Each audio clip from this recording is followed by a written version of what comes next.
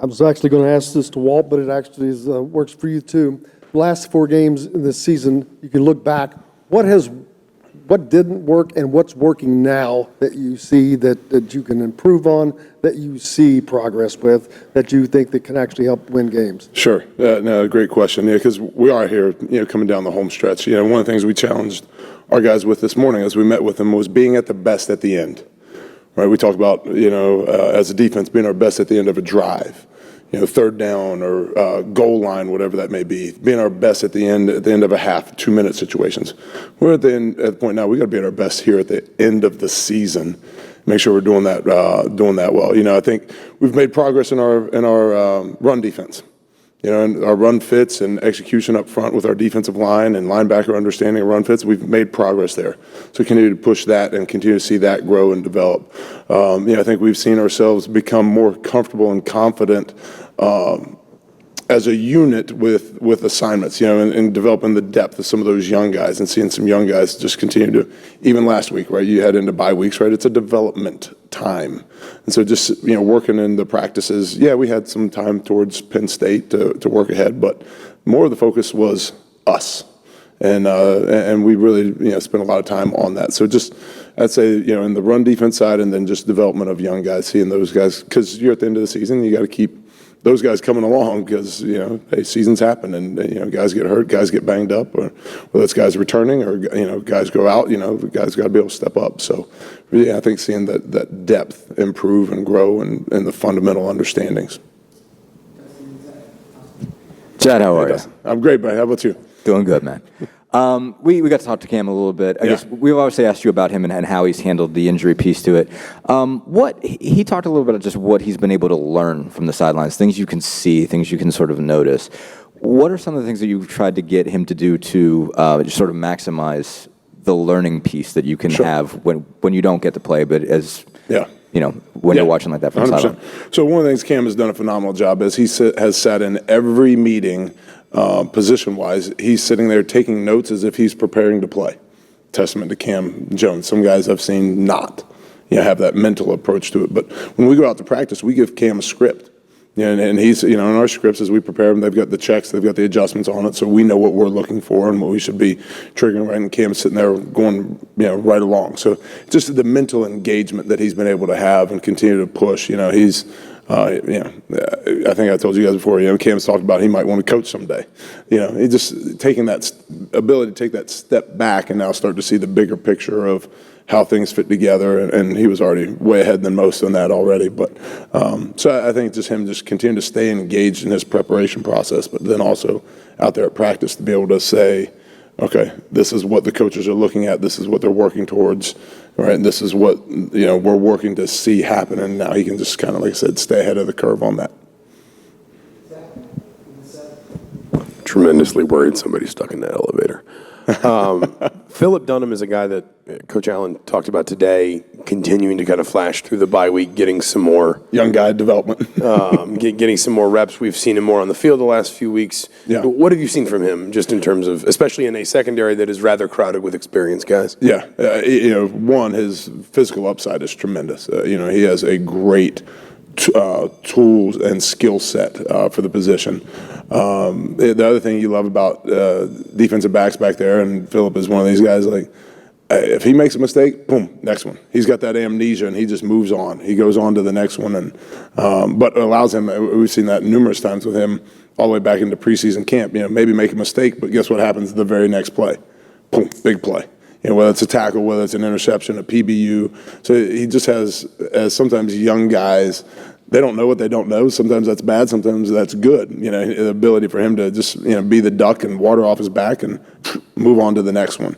But he is, back to, earlier, question, he is one of those young guys that really wanting to see develop, and we are seeing him develop and grow, and his role expanding, so yeah, really excited about his future, both over the next, several weeks here as we finish off the season, but then heading into the off season as well.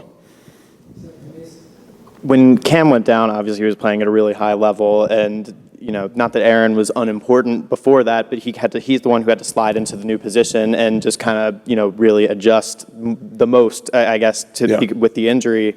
How well has he handled that? Obviously, he's continued to play well, but just, how important has he been to this defense through this tough time without the leader? Yeah, Seth, that was a great question. As you think about Aaron Casey, a guy last year that, probably did not perform as well as some had hoped, didn't contribute the way even himself that he had hoped.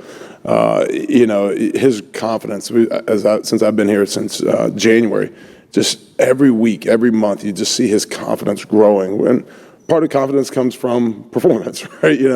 Oh man, I can go play, I can go do these things, and he's seeing that. And so I think he's been a little less fazed by it because his confidence has grown to a pretty high level. And I don't mean that in an arrogant way or anything like that.